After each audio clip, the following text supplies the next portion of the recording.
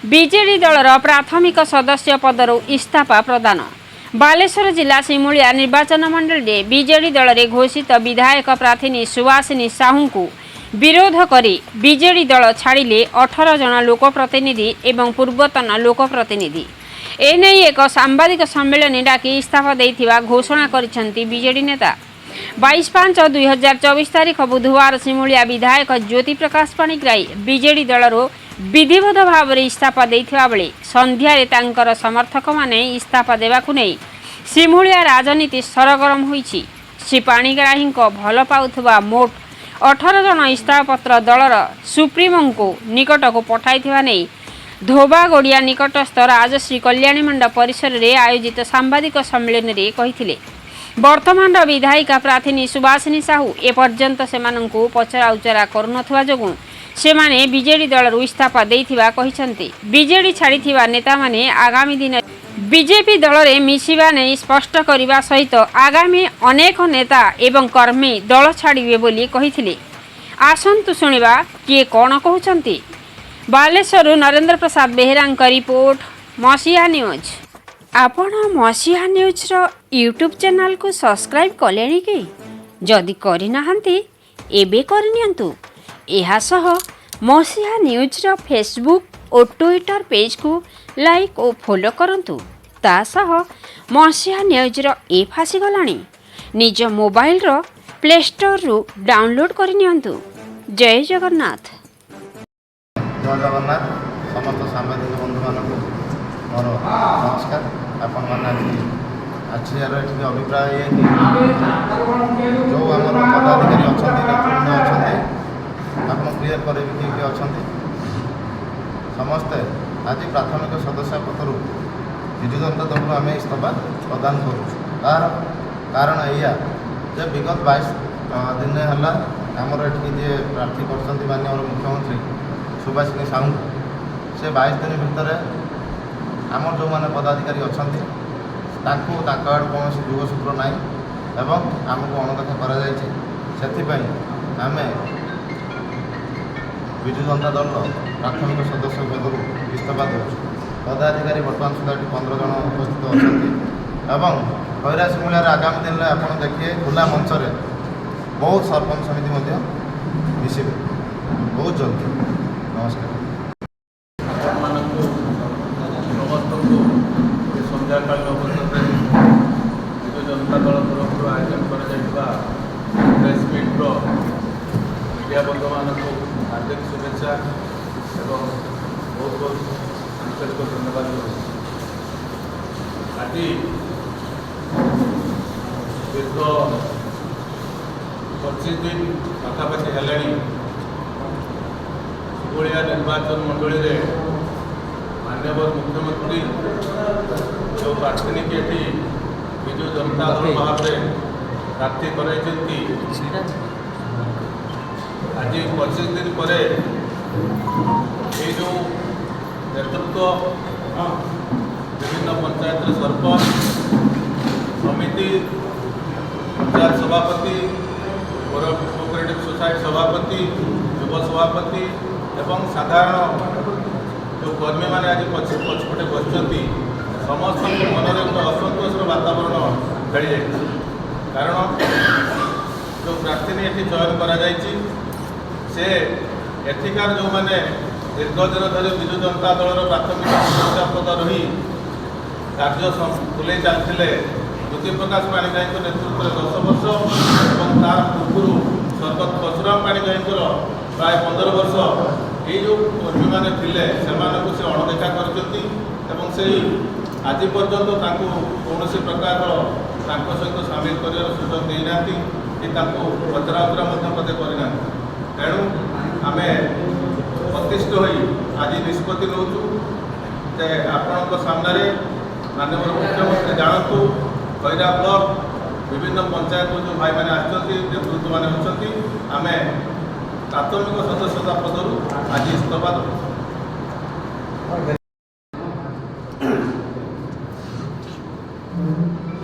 ଆଜି ଭାରତ ଖଇରା ବ୍ଲକ ସମସ୍ତ ସାମ୍ବାଦିକ ବନ୍ଧୁମାନଙ୍କୁ ଏହି ଶୁଭ ସନ୍ଧ୍ୟାରେ ମୁଁ ଅଭିନନ୍ଦନ ଜଣାଉଛି, ସ୍ୱାଗତ କରୁଛି। ଆଜି ବଡ଼ ଦୁଃଖର ବିଷୟ, ବିଜୁ ଜନତା ଦଳ ପ୍ରାଥମିକ ସଦସ୍ୟ ପଦରୁ ଆମର ପ୍ରିୟ ବିଧାୟକ ଶ୍ରୀଯୁକ୍ତ ଜ୍ୟୋତିପ୍ରକାଶ ପାଣିଗ୍ରାହୀ ମହୋଦୟ ଇସ୍ତଫା ପ୍ରଦାନ କରିଛନ୍ତି ଏବଂ ଆଗାମୀ ନିର୍ବାଚନ ପରିପ୍ରେକ୍ଷୀରେ ମାନ୍ୟବର ମୁଖ୍ୟମନ୍ତ୍ରୀ ଯେଉଁ ପ୍ରାର୍ଥୀ ଚୟନ କରିଛନ୍ତି ଆମର ସେଥିରେ ତ୍ରୁଟି ହେଇଥିବାର ଆମେ ମାନ୍ୟବର ମୁଖ୍ୟମନ୍ତ୍ରୀଙ୍କ ଦୃଷ୍ଟି ଆକର୍ଷଣ ଆପଣମାନଙ୍କ ଜରିଆରେ ଆମେ କରିଥିଲୁ, କିନ୍ତୁ ଆମେ ଅଦ୍ୟାବଧି କୌଣସି ମୁଖ୍ୟମନ୍ତ୍ରୀଙ୍କ ଠାରୁ କିମ୍ବା ଦଳୀୟ ପଦାଧିକାରୀଙ୍କ ଠାରୁ କୌଣସି ସନ୍ତୋଷଜନକ ଉତ୍ତର ପାଇବା ନଥିବାରୁ ଆମେ ସମସ୍ତ ବନ୍ଧୁମାନେ ଆମେ ଆଜି ମର୍ମାହତ ଏବଂ ଏ ନିର୍ବାଚନରେ ଅଂଶଗ୍ରହଣ କରିଥିବା ପ୍ରାର୍ଥୀ ଗୋଟିଏ କଥା ହେଉଛି ଆମ ନିର୍ବାଚନ ମଣ୍ଡଳୀର ସେ ବ୍ୟକ୍ତି ନୁହନ୍ତି, ସେ ସ୍ୱର ନିର୍ବାଚନ ମଣ୍ଡଳୀର ଭୋଟର। ଆମ ନିର୍ବାଚନ ମଣ୍ଡଳୀର ପ୍ରାର୍ଥୀ ହେଇ ଆଜି ପ୍ରତିଦ୍ୱନ୍ଦିତା କରୁଥିବା ତାଙ୍କର ନିଜ ପାରଦର୍ଶିତା ସେ ପ୍ରମାଣ କରିଛନ୍ତି। ନିର୍ବାଚନ ଆଉ ଅଳ୍ପ କେଇଦିନ ରହିଲା। ବର୍ତ୍ତମାନ ଯେଉଁମାନେ ବନ୍ଧୁ ଅଛନ୍ତି, ଆମର କିଛି ଷ୍ଟାଣ୍ଡିଂ ସରପଞ୍ଚ ଅଛନ୍ତି, ପୂର୍ବତନ ସରପଞ୍ଚ ଅଛନ୍ତି, ପଞ୍ଚାୟତ ସଭାପତି ଅଛନ୍ତି ଏବଂ ଜିଲ୍ଲା ପରିଷଦଙ୍କର ପ୍ରତିନିଧି ଅଛନ୍ତି ଏବଂ ଯୁବ ସଭାପତି ମଧ୍ୟ ଅଛନ୍ତି। ଆମର ବିଭିନ୍ନ ପଞ୍ଚାୟତରୁ ଆସିଥିବା ଶୁଭେଚ୍ଛୁ ବନ୍ଧୁ ମଧ୍ୟ ଉପସ୍ଥିତ ଅଛନ୍ତି। ଏ ଅଞ୍ଚଳର ଗୋଟେ ସୁଖର ଛାୟା ଖେଳିଲା ଭଳି ଖେଳି ଯାଇଛି। ଆମେ ସମସ୍ତେ ବିଜୁ ଜନତା ଦଳର କର୍ମୀ ହିସାବରେ ଆମେ ମର୍ମାହତ। ତେଣୁ ଏ ନିର୍ବାଚନକୁ ଆମେ ଆଗରୁ ମଧ୍ୟ ସୂଚନା ଦେଇଥିଲୁ, ଏ ପ୍ରାର୍ଥୀଙ୍କୁ ଆମେ ଗ୍ରହଣ କରିବୁ ନାହିଁ। ସେହି ଉଦ୍ଦେଶ୍ୟରେ ଆମେ ଆଜି ସମୂହେ ବିଜୁ ଜନତା ଦଳ ପ୍ରାଥମିକ ସଦସ୍ୟ ପଦରୁ ଆମେ ସମୂହ ଆଜି ଇସ୍ତଫା ଦେଉଛୁ। ଇଏ ହେଉଛି ପ୍ରଥମ ସୂଚନା। ଇଏ କାର୍ଯ୍ୟକ୍ରମ ପ୍ରାୟତଃ ଆଗାମୀ ନିର୍ବାଚନ ପର୍ଯ୍ୟନ୍ତ ଇଏ ଜାରି ରହିବ। ସମସ୍ତ ନିର୍ବାଚନ ମଣ୍ଡଳୀର ଭୋଟରମାନଙ୍କୁ ଆପଣମାନଙ୍କ ଜରିଆରେ ନିବେଦନ କରୁଛୁ ଯେ ଇଏ ମାଟିର ସମ୍ମାନ, ଖଇରା ଶିମୁଳିଆ ମାଟିର ଟେକ ରଖିବା ପାଇଁ ସମସ୍ତ ଭୋଟର ଭାଇ ବନ୍ଧୁମାନଙ୍କୁ ମୁଁ ନିବେଦନ କରିବି। ଏ ଯେଉଁ ପ୍ରାର୍ଥୀ ବାହାରୁ ଆସିଛନ୍ତି, ପୂର୍ବରୁ ମଧ୍ୟ ବହୁ ପୁରୁଖା ନେତା ଆମ ନିର୍ବାଚନ ମଣ୍ଡଳୀରେ ମଧ୍ୟ ଅଂଶଗ୍ରହଣ କରି ସେ ପରାଜୟ ସ୍ୱୀକାରକୁ ଗ୍ରହଣ କରି ପ୍ରତ୍ୟାବର୍ତ୍ତନ କରିଛନ୍ତି।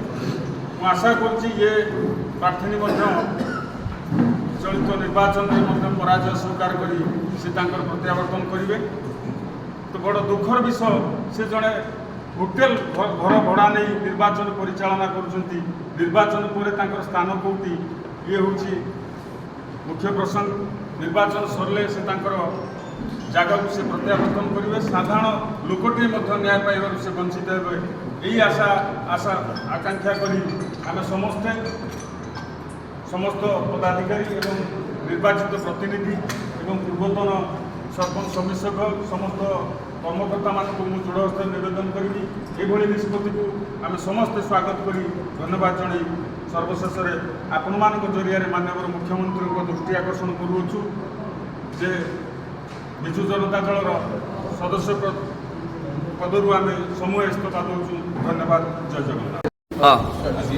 ଆଜି ସନ୍ଧ୍ୟାରେ ଆପଣମାନଙ୍କ ଜରିଆରେ ମାନ୍ୟବର ମୁଖ୍ୟମନ୍ତ୍ରୀ ପାଖକୁ ଆମର ଯେଉଁମାନେ ଏଠି ପଦାଧିକାରୀ ଅଛନ୍ତି, ପ୍ରାଥମିକ ବିଜୁ ଜନତା ଦଳର ପ୍ରାଥମିକ ସଦସ୍ୟ ପଦରୁ ଇସ୍ତଫା ଦେଉଛନ୍ତି, ସେମାନେ ହେଲେ Jayanta Kumar Raut, ex vice chairman Khaira panchayat samiti, Prakash Kumar Lenka, sarpanch Dungura gram panchayat, Pushpalata Gadei, sarpanch Gudia gram panchayat, Rabindra Jena, PS member candidate Gadapukuri GP, Bhabadushan Nayak ex sarpanch Rupali GP, Sunita Sahu ex PS member Kumari GP, Rabindra Kumar Behera PS member candidate Palasa GP, Laxmikanta Das youth president Palasa GP, Akshay Kumar Behera youth president Badajaypur GP, Rajkishore Tripathy youth president Gadapuri GP, Prafulla Sahu youth president Gulia GP, Pradeep Samal president Gulia GP, Ramesh ଘଡ଼େଇ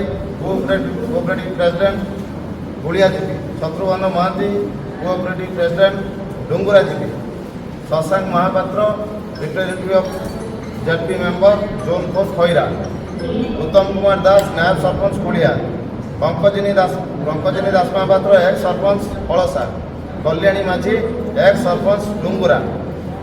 ବାସ୍ ଏହି 18 ଜଣ ଏବଂ ଉପସ୍ଥିତ ଅନ୍ୟାନ୍ୟ ପଦାଧିକାରୀ ତଥା ପାଖାପାଖି 30ରୁ 40 ଜଣ ଆଜି ପ୍ରାଥମିକ ସଦସ୍ୟ ପଦରୁ ଇସ୍ତଫା ଦେଲେ ଏବଂ ଆଗାମୀ ଦିନରେ ଆପଣମାନେ ଦେଖିବେ ବହୁତ କିଛି ସରପଞ୍ଚ ସମିତି ପ୍ରାଥମିକ ସଦସ୍ୟ ପଦରୁ ଇସ୍ତଫା ଦେବେ। ନମସ୍କାର।